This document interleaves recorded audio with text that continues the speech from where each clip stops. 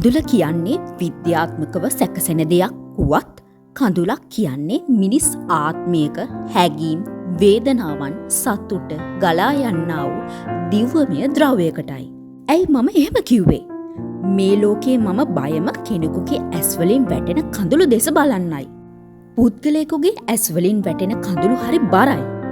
එහි දරාගන්න බැරි වේදනාවන් සැඟවී පවතිනවා. සතුටු කඳුළුද එසේමයි.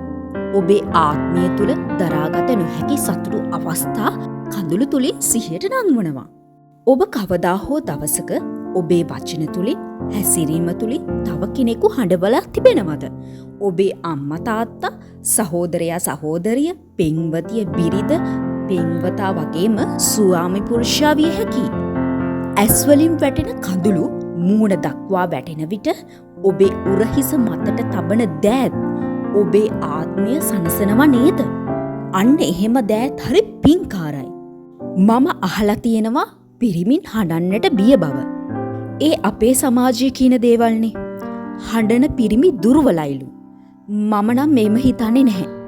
අපි හැමෝම මිනිස්සුනේ. ඉතින් අපේ හැඟීම් දරාගන්න විදිහ එකිනෙකාට වෙනස් විය හැකියි.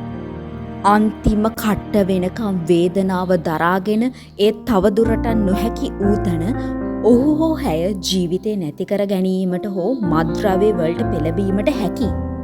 ඔබ අඬන්න. හැබැයි තව කෙනෙකු හඬවන්නට එපා. අඬවන කෙනෙකු නොවේ. සනසන කෙනෙකු වන්න. ඒක කරන්න ඔබටත් පුළුවන්.